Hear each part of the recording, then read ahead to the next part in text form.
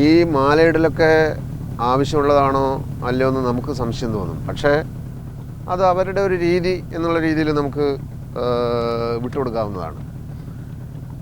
ഈ പുള്ളക്കുട്ടിക്കാരൻ എന്ന് പറയുന്ന സിനിമയുടെ ഡബ്ബിങ്ങിന് വേണ്ടി മദിരാശിയിലെത്തിയപ്പോൾ എൻ്റെ ഭാര്യയും മക്കളൊക്കെ കൂട്ടത്തിലുണ്ടായിരുന്നു.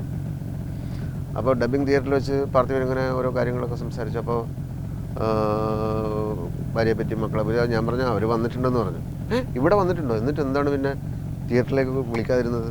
ഞാൻ പറഞ്ഞു ഇല്ലല്ല, തിയേറ്ററിൽ ഡബ്ബ് ചെയ്യുന്ന സമയത്ത് അവരെയൊക്കെ കൊണ്ടുവന്ന് വെറുതെ വിഷമിപ്പിക്കണമായിരുന്നു. ശരി, എന്നാൽ പിന്നെ വൈകുന്നേരം വീട്ടിൽ വരണം എന്ന് പറഞ്ഞു.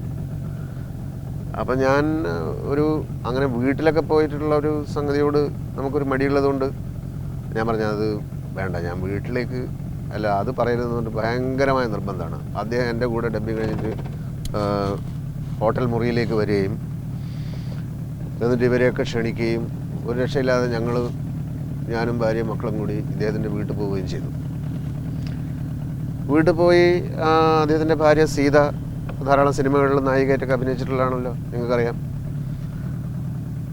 മക്കൾ, അവരുടെ സ്വീകരണം, പെരുമാറ്റം, സ്നേഹം എന്നൊക്കെ പറയുന്നത് അതിനെ പറ്റിയിട്ടൊക്കെ പറയാൻ ഒരുപാട് കാര്യങ്ങളുണ്ട്. അത് പോട്ടെ. അവിടുന്ന് രാത്രി ഭക്ഷണമൊക്കെ കഴിച്ച് തിരിച്ച് അദ്ദേഹത്തിൻ്റെ കാറിൽ, അദ്ദേഹം ആരും വന്നില്ല, ഡ്രൈവറുടെ കൂടെ കാറിൽ കയറ്റി ഞങ്ങളെ ഹോട്ടലിൽ, വുഡ്ലാൻഡ്സ് ഹോട്ടലിലേക്ക് വിട്ടു. അപ്പോൾ കാറിൽ നിന്ന് ഇറങ്ങിക്കഴിഞ്ഞ ഉടനെ ഞങ്ങൾ ഡ്രൈവറോട് യാത്ര വെച്ച് മുന്നോട്ട് നടന്നു. ഡ്രൈവർ പറഞ്ഞു, സാർ ഒരു നിമിഷം, ഞാനും വരുന്നുണ്ടെന്ന് പറഞ്ഞു. എന്തിനാണ്? ഇല്ല ഞാനും വരുന്നുണ്ടെന്ന് പറഞ്ഞു. അങ്ങനെ ശരി വരുമെന്ന് പറഞ്ഞു. ഞങ്ങൾ മുമ്പോട്ട് നടന്നു. കുറച്ച് കഴിഞ്ഞപ്പം ഇയാൾ പിന്നാലെ വരികയാണ്. ഒരു തളികയൊക്കെ ഉണ്ട് കയ്യിൽ ഈ ഡ്രൈവറുടെ. അങ്ങനെ എനിക്കൊന്നും മനസ്സിലായില്ല, അതിനകത്ത് എന്തൊക്കെയോ സാധനങ്ങളൊക്കെ ഉണ്ട്. അപ്പോൾ അദ്ദേഹം മുറിക്കകത്തേക്ക് കയറി വന്നു. ഞാൻ ചോദിച്ചു എന്താ ഇതെന്ന് ചോദിച്ചു. അല്ല, ഇത് സാറ് പിന്നെ തന്നയച്ചതാണ്. ഞാൻ പറഞ്ഞു എന്താണ്? അല്ല അത് ഒന്നുമില്ല, ഇത് ഇവിടെ ഇരുന്നോട്ടെ, സാറ് തരാൻ പറഞ്ഞാണ്. എനിക്കൊന്നും മനസ്സിലായില്ല. ഞാൻ പറഞ്ഞില്ല ഇതെന്താ. അപ്പോൾ ഞാനിതിങ്ങനെ മാറ്റി നോക്കിയപ്പം ഒരു പട്ട് സാരി, പിന്നെ കുട്ടികൾക്ക് വാച്ചുകൾ, അവർക്ക് ഉടുപ്പുകൾ, അങ്ങനെയൊക്കെയുള്ള കുറേ സാധനങ്ങൾ. എനിക്ക് വല്ലാത്തൊരു അതിശയം തോന്നി. ഈ തമിഴ് ആളുകൾക്ക് ഇങ്ങനെ വീട്ടിൽ വരുന്ന അതിഥികളെ തിരിച്ച് ഇങ്ങനെ വിടുമ്പോൾ അവർക്ക് കുറേ സമ്മാനങ്ങളൊക്കെ കൊടുക്കുക എന്ന് പറയുന്നത് അത് തീർച്ചയായിട്ടും കാശ് മുടക്കുള്ളതും ഒരു നല്ല മനോഭാവമാണ്. വീട്ടിൽ വരുന്ന അതിഥികളെ അങ്ങനെയൊക്കെ ഡീൽ ചെയ്യുക, അങ്ങനെയൊക്കെ ട്രീറ്റ് ചെയ്യുക എന്ന് പറയുന്നത്. എനിക്ക് ആ സാധനം കിട്ടിയത് കൊണ്ട് പറയുന്നതല്ല. അത് തമിഴരുടെ ആചാരങ്ങളിലും അനുഷ്ഠാനങ്ങളിലും മര്യാദകളിലൊക്കെ ഇങ്ങനെയൊക്കെയുള്ള ചില കാര്യങ്ങൾ ഒക്കെ ഉണ്ട് എന്നുള്ളത് വളരെ നല്ല കാര്യം തന്നെയാണ്. ഈ പുള്ളക്കുട്ടിക്കാരൻ എന്ന് പറയുന്ന സിനിമയുടെ ഷൂട്ടിംഗ് സ്ഥലത്ത് വെച്ചാണ് പിൽക്കാലത്ത് ചിന്താവിഷ്ടയായ ശ്യാമള എന്ന് പറയുന്ന സിനിമയിൽ നായികയായിട്ട് അഭിനയിച്ച സംഗീതയെ ഞാൻ ആദ്യമായി കാണുന്നത്. ലവ് അറ്റ് ഫസ്റ്റ് സൈറ്റ് സംഗീതയെ കണ്ടപ്പോൾ എനിക്ക് തോന്നിയത് അതാണ് എന്ന് വിചാരിക്കരുത്. അങ്ങനെയൊന്നും ഉണ്ടായില്ല. സംഗീതയെ ആ സിനിമയിൽ ശ്യാമളയുടെ കഥയൊക്കെ ഒന്ന് എൻ്റെ മനസ്സിലുണ്ടായിരുന്നെങ്കിലും സംഗീതയെ ആ റോളിന് വേണ്ടി ഞാൻ ആലോചിച്ചിരുന്നതല്ല. യഥാർത്ഥത്തിൽ പാർത്ഥിവൻ്റെ ഭാര്യ സീത, അപ്പോൾ അവർ അഭിനയിക്കുന്നൊന്നുമില്ലായിരുന്നു.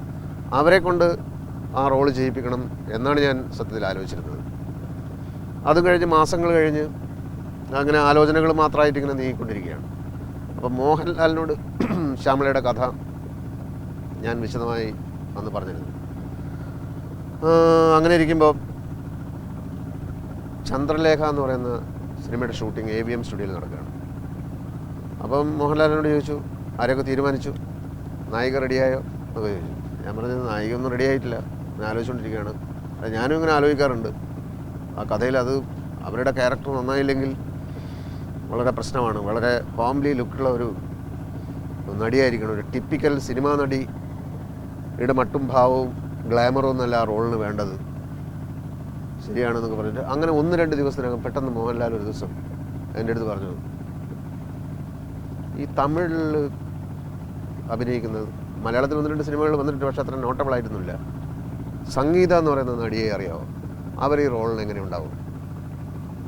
ഞാൻ പറഞ്ഞു അതൊരു ആലോചിക്കാവുന്നതാണ്. കാരണം ഭയങ്കര ഒരു സിനിമാ നടി ലുക്കൊന്നുമില്ല, പക്ഷേ ഈ പറഞ്ഞ സ്വഭാവവിശേഷങ്ങളൊക്കെ ഈ കഥാപാത്രത്തിന് വേണ്ടുന്ന സവിശേഷതകളൊക്കെ ഉള്ള ഒരു ഭാവവും എല്ലാം കൊണ്ടും ചേരുന്നതാണ്, ഒരു നല്ല സജഷനാണ് എന്ന് പറഞ്ഞു. ശരിക്കും അത് സത്യമായിട്ടും ഒരു നല്ല സജഷനായിരുന്നു അത്.